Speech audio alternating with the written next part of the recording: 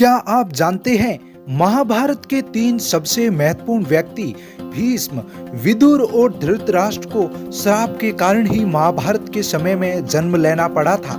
आइए जानते हैं उन तीनों श्रापों के बारे में। पहला नाम है धृतराष्ट्र का।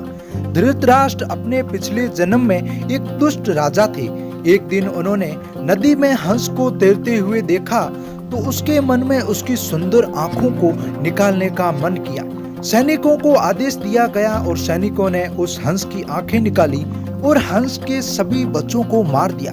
तब हंस ने मरते हुए उस राजा को श्राप दिया कि अगले जन्म में तुम नेत्रहीन पैदा होगे और तुम्हारे सारे बच्चे मारे जाएंगे। फिर इस दुष्ट राजा का महाभारत के समय में हस्तिनापुर महाराज विचित्रवीर्य और अंबिका के घर जन्म हुआ। इसी श्राप के कारण धृतराष्ट्र अंधे उत्पन्न हुए और उनके 100 ही पुत्र उनके रहते मारे गए। इनमें दूसरा नाम है भीष्म का। पुराणों के अनुसार 8 वसु बताए गए हैं जो विष्णु या इंद्र के रक्षक देवता माने जाते हैं। एक बार 8वां ही वसु अपनी पत्नियों के साथ मेरु नामक पर्वत पर भ्रमण करने के लिए गए हुए थे। वहां पर वशिष्ठ ऋषि का आश्रम था। ध्यो नामक वसु की पत्नी ने उनको वशिष्ठ ऋषि की गाय लाने को कहा।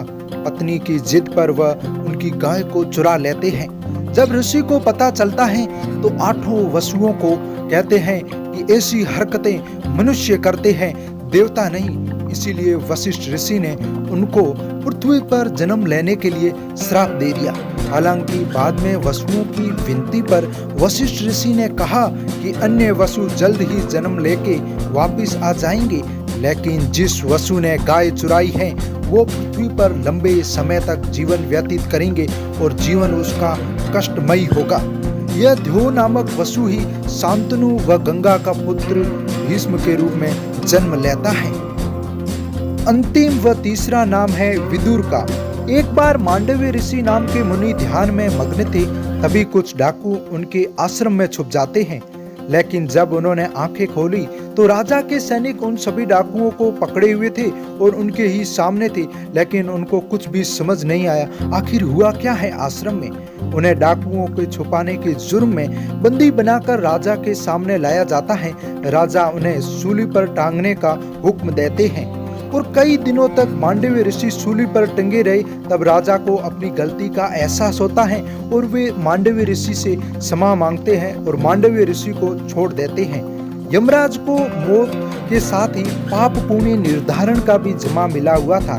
तब मांडव्य ऋषि यमराज के पास आते हैं और कहते हैं कि मुझे किस जुर्म की यह सजा मिली। तब यमराज कहते हैं कि पिछले जन्म में आपने 12 वर्ष की उम्र में आग के चारों ओर घूमने वाले कीड़े को सिंक चुबाई थी, इसीलिए यह सजा मिली। तब मांडव्य ऋषि कहते हैं कि 12 साल के बच्चे को पाप पुण्य का कुछ पता नहीं होता, इसीलिए मैं तुम्हें श्राप देता हूँ कि तुम धरती पर शूद्र घर में जन्म लो। तब एक दासी के गर्भ से विदुर का जन्म होता है। वो धर्म में बड़े निपुण थे क्योंकि वो स्वयं धर्मराज यमराज थे। यदि ये वीडियो आपको अच्छा लगा और इसी प्रकार के वीडियो देखना चाहते हैं तो मेरे चैनल को सब्सक्राइब कर लें।